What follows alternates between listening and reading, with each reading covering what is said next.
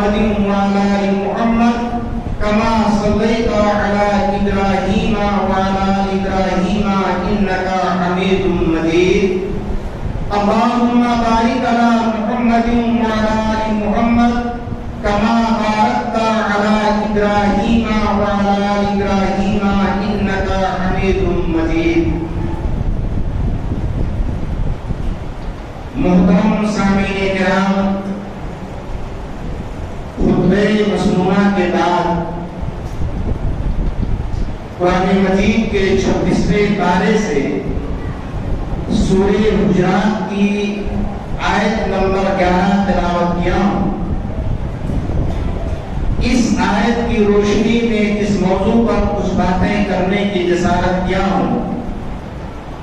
وہ ہے قوم پرستی ایک لعنت۔ اللہ رب العالمین سے دعا ہے کہ اللہ تعالی ہمیں قرآن کو احادیث صحیحہ کی روشنی میں کہنے، پھر اس کو آپ سب کو سننے اور ہم سب کو سبھی معنوں میں اس پر عمل کرنے کی توفیق دے، آمین۔ موضوع کو توڑ دینے سے پہلے میں بتا دینا مناسب سمجھ رہا ہوں کہ آج ہم اور آپ جس مقصد کے لیے چند منٹ کے لیے اس مسجد میں اکٹھا ہوئے ہیں، وہ ہمارا اور آپ کا مقصد ہے جمعہ کا خطبہ سننا، سن کر کے اس پر عمل کرنا۔ لیکن جمعہ کے دن کے کچھ آداب اور اس کے حقوق اللہ رب العالمین کے حبیب جناب محمد رسول اللہ صلی اللہ علیہ وسلم نے بتلایا، اور مسجد میں بیٹھنے کے بھی آداب اور اس کے حقوق بھی بتلائے گئے ہیں۔ اس لیے میں بتا دینا مناسب سمجھ رہا ہوں کہ جب بھی ہم آپ مسجد کے اندر بیٹھے تو ہاتھ میں ہاتھ ڈال کر کے کبھی نہ بیٹھے، یہ سنت رسول کے خلاف ہے، اور ایسا بیٹھنا یہ شیطانی عمل ہے، شیطان کا یہ کام ہے، اس لیے اس طرح سے ہم نہ بیٹھیں۔ اور جب خطیب خطبہ دینے کے لیے منبر پر بیٹھ جائے، اذان کے کلمات ہمارے اور آپ کے کانوں سے ٹکرانے لگے، تو ہمارا اور آپ کا کام یہ ہونا چاہیے کہ ہم اپنی زبان میں تالے لگائیں، اپنی زبان کو بند کر لیں، کنٹرول کر لیں اپنی زبان کو، کوئی بات چیت کلام نہ کریں، اور جب تک خطیب خطبہ دے رہا ہے اس وقت تک نہ ہم اپنے ہاتھ سے، اپنے پیر سے، یعنی کسی کو کوئی بھی اشارہ نہیں کر سکتے۔ یہ سنت رسول کے خلاف ہے، یہ مسجد کے آداب اور حقوق کے خلاف ہے۔ اور تیسری بات میں یہ بتانا چاہ رہا ہوں کہ جب بھی ہم اور آپ مسجد میں داخل ہوں تو بغیر 2 رکعت سنت ادا کیے ہوئے پڑھے ہوئے ہم مسجد میں کبھی بھی نہ بیٹھیں۔ آئے دن یہ دیکھا جا رہا ہے، بہت سارے عوام کو میں نے دیکھا کہ دھڑلے کے ساتھ آ کر کے وضو کر کے مسجد میں بیٹھ گئے، لیکن یہ مسجد میں بیٹھنے کا یہ طریقہ نہیں ہے۔ بخاری شریف کی صحیح حدیث سے اللہ کے حبیب جناب محمد رسول نے فرمایا، اذا دخل احدکم فی المسجد، تم میں سے جب کوئی شخص مسجد میں داخل ہو تو بغیر 2 رکعت نماز ادا کیے ہوئے وہ نہ بیٹھے۔ یہ بتانا مناسب تھا، اور میری عادت بھی ہے جب بھی میں نے خطبہ دیا کہیں بھی تو یہ پہلے یہ بتا دینا مناسب سمجھ رہا ہوں، یہ بتا دیتا ہوں، کسی کو برا لگے یا اچھا لگے بتانا ہمارا کام ہے، ہدایت دینا اللہ کا کام ہے، عمل کرنا آپ کا کام ہے۔ موضوع ہے قوم پرستی ایک لعنت۔ میرے مسلمان بھائیوں، آج سے پہلے دور جاہلیت میں بھی قوم پرستی کی بلا پائی جاتی تھی، بہت ساری قومیں آباد تھیں۔ آج بھی اس دنیا کے اندر، اس سنسار کے اندر، اس ملک کے اندر، اس اسٹیٹ کے اندر بہت ساری قومیں پائی جاتی ہیں۔ قوم پرستی ایک ایسی بلا ہے، یہ ایک ایسی لعنت ہے کہ انسان اگر یہ مومن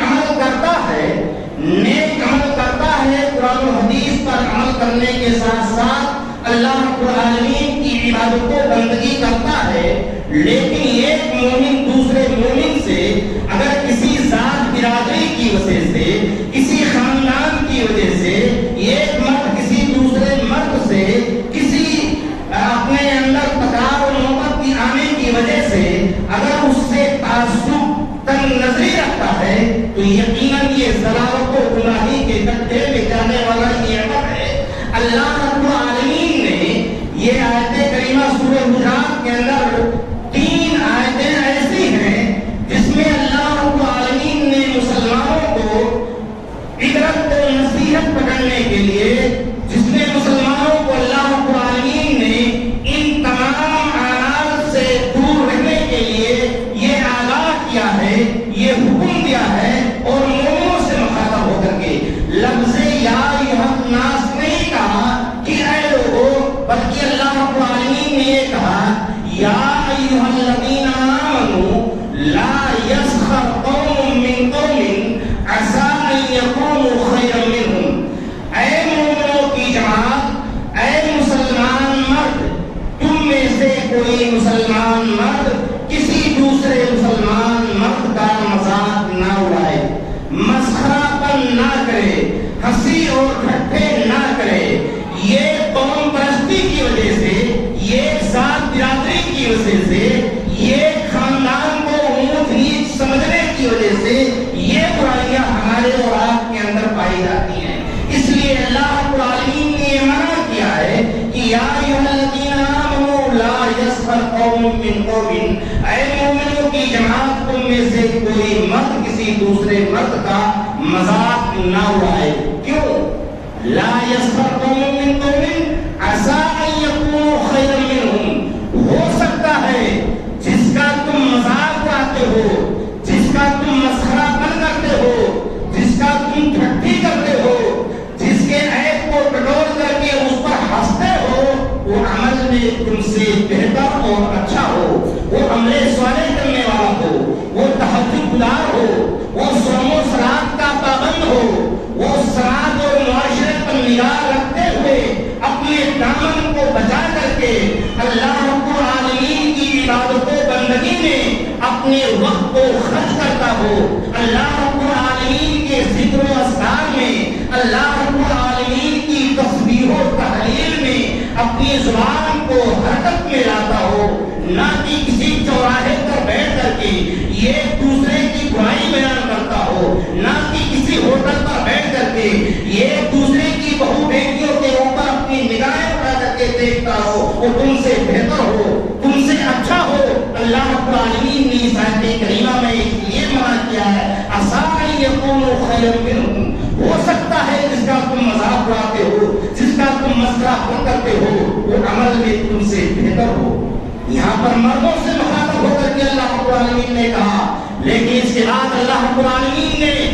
مسلمان عورتوں سے بھی مخاطب ہو کر کے یہ فرما دیا، میری ماں اور بہنیں یہ کان کھول کر کے سن لیں، اگر ان کے کانوں تک یہ میری آواز ٹکرا رہی ہے تو غور سے سنیں، اپنے سینے پر ہاتھ رکھ کر کے اللہ رب العالمین نے فرمایا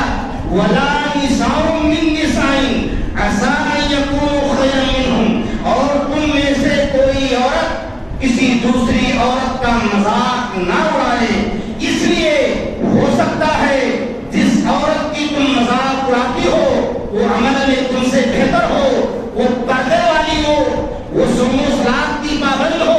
وہ شوہروں کی اطاعت و فرما برداری اپنے کرنے والی ہو، شوہر کی، وہ ماں باپ کی اطاعت و فرما برداری کرنے والی ہو، وہ تم سے عمل میں بہتر ہو۔ اس لیے اللہ رب العالمین نے منع کیا، اور اس سے آگے اللہ رب العالمین فرما رہے ہیں وَلَا تَنَابَزُوا بِالْأَلْقَابِ،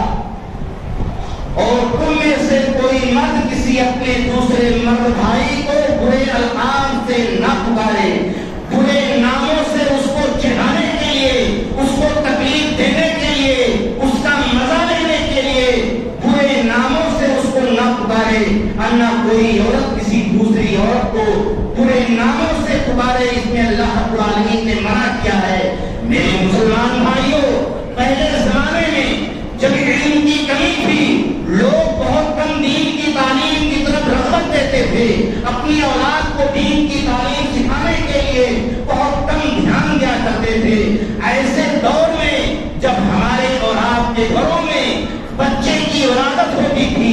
یا بچی کی ولادت ہوتی تھی، مثال کے طور پر اگر جمعہ کے دن کسی بچے کی ولادت ہوئی تو اس کا نام جمعی یا جمن رکھ دیا گیا۔ اسی طرح سے اگر کسی بچے کی ولادت بدھ کے دن یا منگل کے دن ہوا تو منگلے کہہ کر کے پکارنے لگے یا بدھی کہہ کر کے پکارنے لگے۔ تو میرے مسلمان بھائیوں، وہ نام بگاڑنا ماں باپ کا تھا، ماں باپ کے وجہ سے نام بگاڑنے کی وجہ سے دوسرے لوگ آج کے دور میں ان کو ایسے ایسے برے ناموں سے پکارتے ہیں جس سے اس کے دل کے اندر تکلیف پہنچتی ہے، ٹھیس پہنچتی ہے۔ تو اللہ رب العالمین نے یہاں فرمایا کیا کہ تم اپنے مسلمان بھائی کو برے الفاظ سے نہ پکارو، برے ناموں سے نہ پکارو۔ اور عورتوں سے بھی اللہ رب العالمین نے مخاطب ہو کر کے یہ کہا کہ کوئی بھی عورت کسی دوسری عورت کو برے نام سے نہ پکارے، اس کے اچھے نام سے پکارے، اچھے آداب اور طریقے سے اس کے نام کو لیا کرے۔ میں یہ واقعہ بیان کرنا چاہتا ہوں، ازواج مطہرات میں امہات المومنین ہیں، آپ صلی اللہ علیہ وسلم کی بیویاں ہیں، انہی بیویوں میں آپ کی سب سے چہیتی، سب سے لاڈلی بیوی حضرت اماں عائشہ رضی اللہ تعالیٰ عنہا ہے، اور انہی بیویوں میں آپ کی ایک بیوی حضرت صفیہ رضی اللہ تعالیٰ عنہا ہے۔ حضرت اماں عائشہ رضی اللہ تعالیٰ عنہا کا قد لمبا تھا، اوسط درجے کی تھی، حضرت صفیہ کا قد پست قد کا تھا، ناطق تھی، جسے ہم بوٹھی یا پست قد والی کہہ کر کے پکارتے ہیں۔ اس وقت میں اللہ کے نبی کریم صلی اللہ علیہ وسلم کے زمانے کی بات ہے، امہات المومنین ہیں، آپ کی بیویاں ہیں، آپ کی بیویوں میں سے حضرت اماں عائشہ رضی اللہ تعالیٰ عنہا نے حضرت صفیہ کو صرف اتنا ہی کہا تھا، تم ٹھیکنی ہو، تم ناٹی ہو،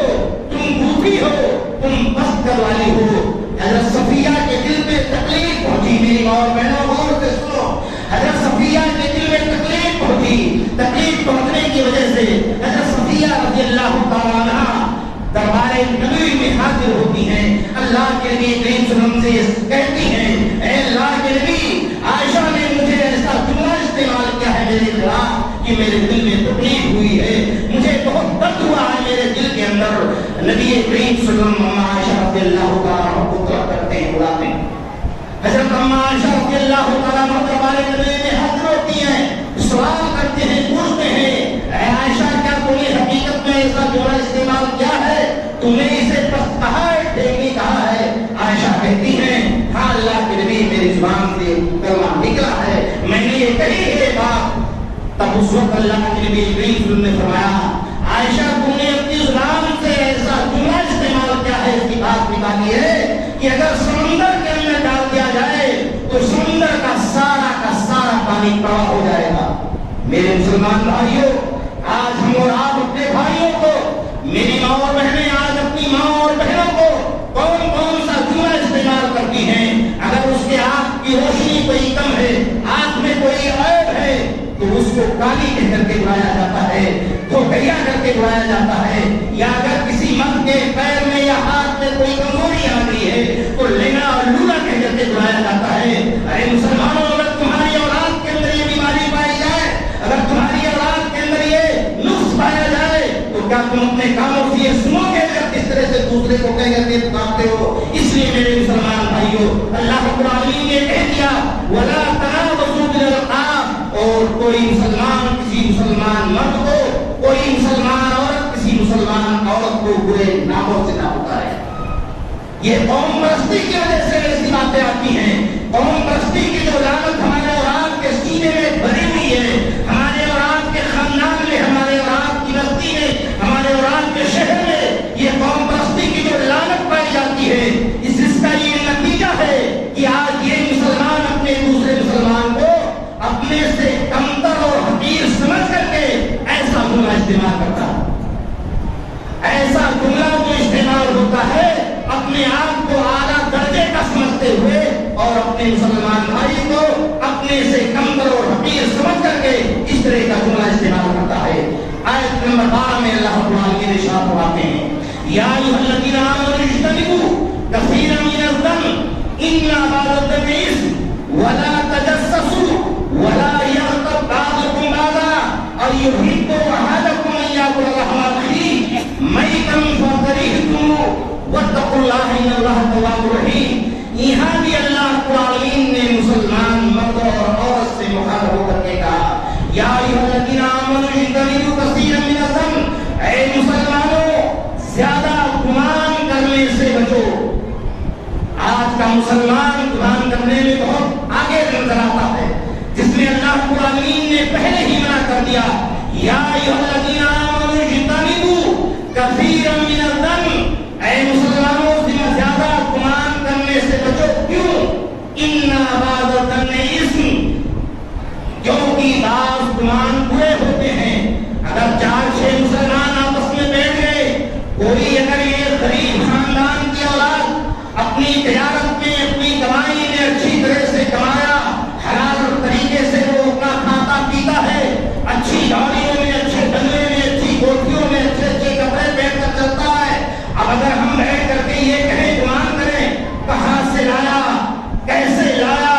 کیسے کھاتا ہے، مجھ سے کیسے آگے ہو گیا، میرے مسلمان بھائیوں یہ ہے بدگمانی، برا گمان نہیں کرنا چاہیے۔ اس سے اللہ رب العالمین نے منع کیا ہے یا ایھا الذین آمنوا اجتنبوا کثیرا من الظن ان بعض الظن اثم ولا تجسسوا، اور کسی بھی مسلمان کے لیے حلال نہیں ہے کہ یہ مسلمان اپنے مسلمان کی توہ میں نہ رہے، یہ مسلمان اپنے مسلمان بھائی کی جاسوسی کرے، یہ خاندان دوسرے خاندان کی جاسوسی کرے، یہ گاؤں دوسرے گاؤں کی جاسوسی کرے۔ اس سے اللہ رب العالمین نے منع کیا ہے ولا تجسسوا، اور تم میں سے کوئی مسلمان کسی دوسرے مسلمان کی جاسوسی نہ کرے۔ ہاں، جاسوسی کرنا کچھ مقامات پر صحیح اور درست ہے، جیسے مثال کے طور پر اگر آپ کی یا ہماری بچی ہے یا بچہ ہے، اگر ہمیں شادی کرنا ہے، نکاح کرنا ہے، تو یہ ضروری ہے کہ ہم جہاں پر اپنی بچی کی بات کر رہے ہیں یا اپنے بچے کی بات کر رہے ہیں، اس کے خاندان کے حسب و نسب کو جاننے کے لیے ہم کسی شخص کو بھیج کر کے معلوم کر سکتے ہیں۔ یہ درست اور صحیح ہے، جائز ہے۔ اسی طرح سے اگر کوئی دشمن کسی عبادت گاہ کے اوپر باقیانی اسلام اگر ہماری اور آپ کی عبادت گاہوں کے اوپر یا ہمارے اور آپ کی جان کے کا خطرہ ہے، تو ایسے وقت میں ہم جاسوسی کروا سکتے ہیں۔ لیکن اگر صرف اور صرف اس مقصد کے لیے ہم دور میں لگے ہوئے ہیں، اس مقصد کے لیے ہم جاسوسی کروا رہے ہیں کہ عبداللہ کے اندر کون سی برائی پائی جا رہی ہے، کون سی خرابی پائی جا رہی ہے، جا کر کے تم معلوم کر کے آؤ، اس کے پاس چوراہے پر اس کو ہم بے عزت کر رہے ہیں، ہوٹلوں پر بیٹھ کر کے اس کی عزت کو ہم پامان کریں گے۔ میرے مسلمان بھائیوں، آج یہ برائی، آج یہ خرابی، آج یہ بدعمل ہمارے اور آپ کے نفس کے اندر، ہماری اور آپ کی ذات کے اندر، ہمارے اور آپ کے خاندان کے اندر، ہمارے اور آپ کے شہر کے اندر، ہماری اور آپ کی بستی کے اندر یہ برائیاں پائی جا رہی ہیں۔ اگر یہ برائیاں ہیں تو ابھی توبہ کر لو، اور توبہ اگر کرو گے، اگر ان برائیوں سے دور ہو جاؤ گے، ان برائیوں کو چھپانے کی کوشش کرو گے، تو بخاری شریف کی صحیح حدیث ہے، پیارے نبی جناب محمد رسول اللہ نے فرمایا من ستر مسلما سترہ اللہ یوم القیامہ،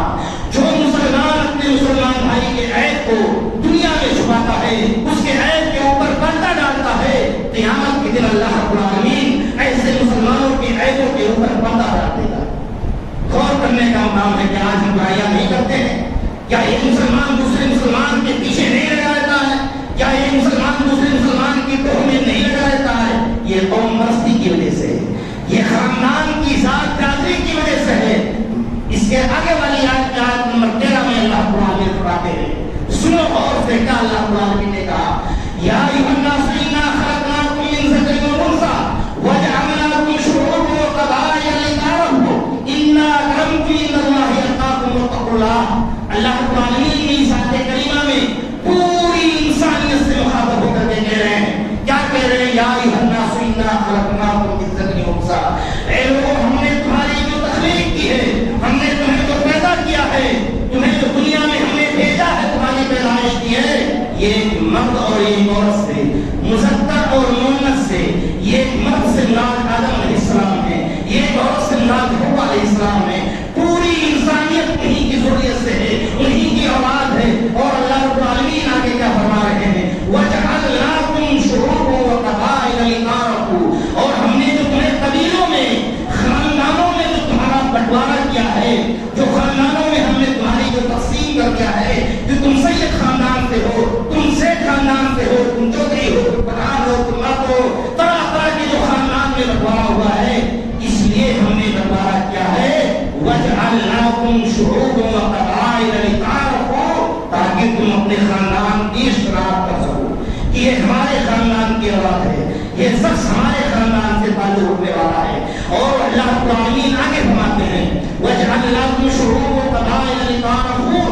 ان اکرمکم عند اللہ اتقاکم، اللہ کے نزدیک سب سے برگزیدہ بندہ،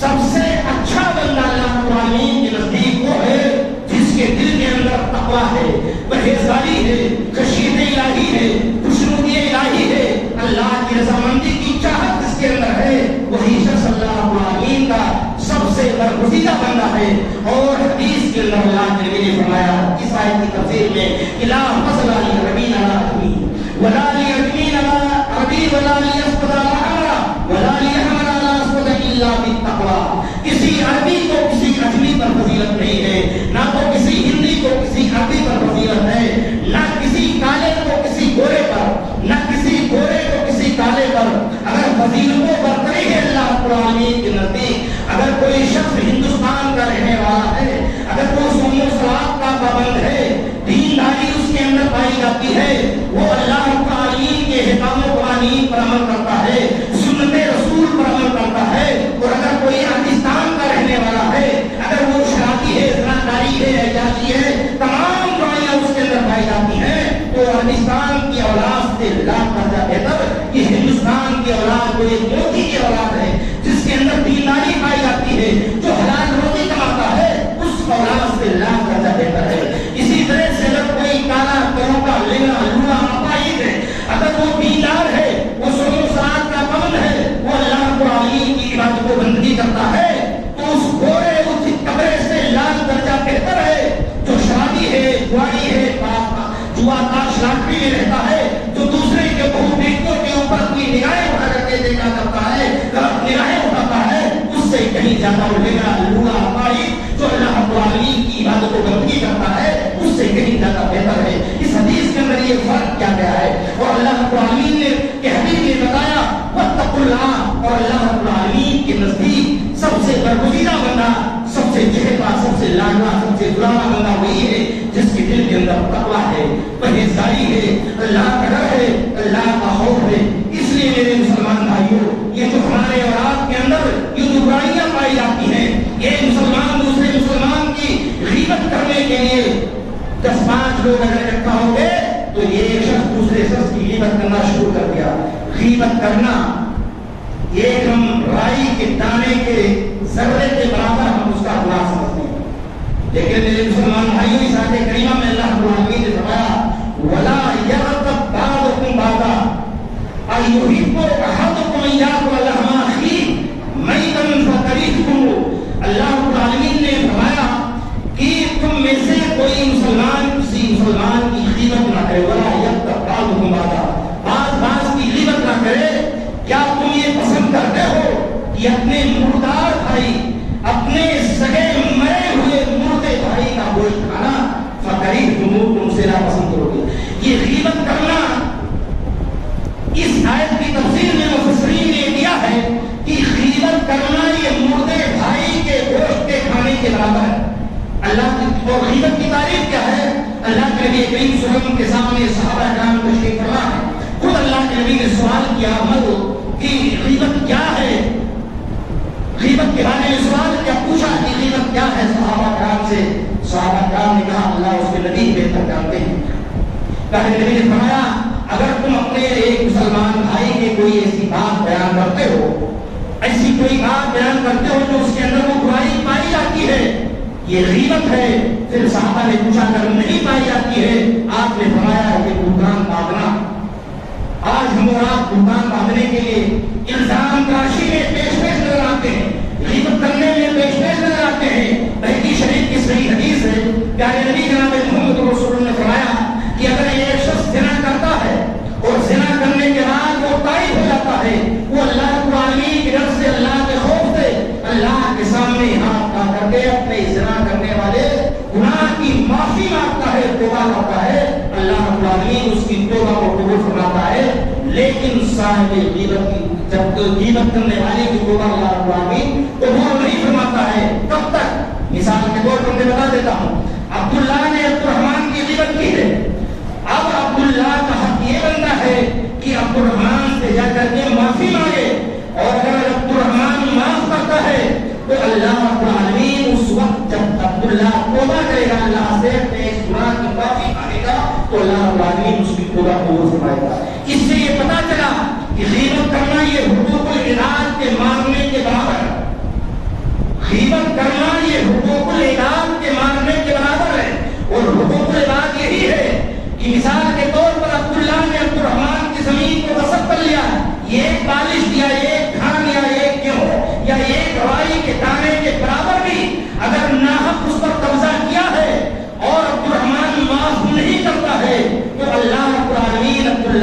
توبہ کو قبول نہیں فرمائے گا. وہ چاہے جتنا نیکیاں کرتا چلا جائے, چاہے جتنا وہ حد پر حد کرتا چلا جائے, چاہے جتنا صدقہ خیرات کرتے ہوئے چلا جائے, اگر کسی نے اپنے بھائی کی زمین پر قبضہ کیا ہے, اپنے بھائی کے حق کو کسی بھی طرح سے اگر دبوچا ہے, مارا ہے, تو یہ جان لیجیے جس طرح سے غیبت کرنا یہ گناہ ہے, اسی طرح سے یہ حقوق العباد بھی گناہ ہے. اس لیے میرے مسلمان بھائیوں, جب تک ہم آپ دنیا میں زندہ رہیں, اپنے دلوں سے یہ بغض, یہ تعصب پرستی, یہ ذات برادری کی جو برائیاں پائی جاتی ہیں, یہ خاندان, یہ دوسرے خاندان کے اندر جو یہ برائیاں جنم میں رہی ہیں, ان برائیوں سے دور رہ کر کے اپنی زندگی بسر کریں. ورنہ مجھے یہ شعر کہنا پڑتا ہے کہ حق بات کی تائید کروں تو مجرم, حق بات کی تائید کروں تو مجرم, حالات پہ تنقید کروں تو مجرم, تم جرم کی تخلیق کرو تو معصوم, میں جرم کی تردید کروں تو مجرم. میرے مسلمان بھائیوں, جب تک یہ دنیا آباد ہے, جب تک ہماری اولاد کی زندگی ہے, آپس میں مل جل کر کے ہم زندگی بسر کریں. اپنے دلوں سے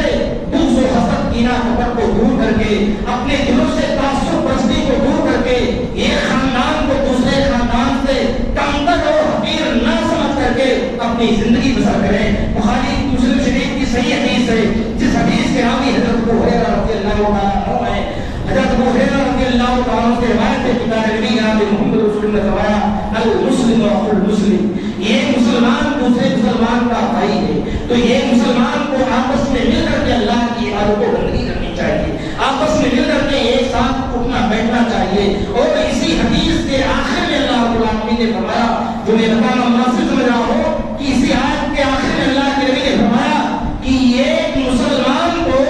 خود کو, اپنے آپ کو سب سے برا بننے کے لیے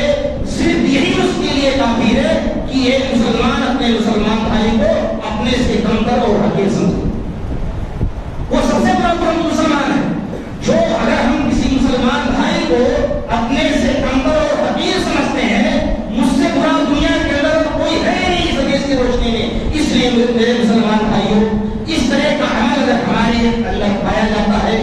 تو اس سے ہم دوری اختیار کر لیں. اللہ رب العالمین سے دعا ہے کہ اللہ رب العالمین ہم تمام مسلمانوں کو تو ہمیں صالح کرنے کی توفیق عطا فرما. اے اللہ رب العالمین, ہم میں سے جو مسلمان بے نمازی ہیں انہیں نماز قائم کرنے کی توفیق عطا فرما. اے اللہ رب العالمین, ہم میں سے جو ایک مسلمان دوسرے مسلمان سے بغض و حسد کینہ کر رکھتے ہیں, اے اللہ ایک بنا کر کے نیک بنا کر کے زندگی بسر کرنے والا بنا دے. اے اللہ رب العالمین, ہم میں سے جو مسلمان مقروض ہیں ان کے قرض ادا کرنے کا کوئی راستہ نکال دے. اے اللہ رب العالمین, ہم میں سے جو مسلمان بیمار ہیں انہیں شفائی عطا فرما. اے اللہ رب العالمین, ہم میں سے جو مسلمان اس دنیا سے جا چکے ہیں ان کی قبروں کو تو ضرور سے بھر دے. آمین. اقول قولی ھذا واستغفر اللہ لي ولسائر المسلمین والحمد للہ رب العالمین.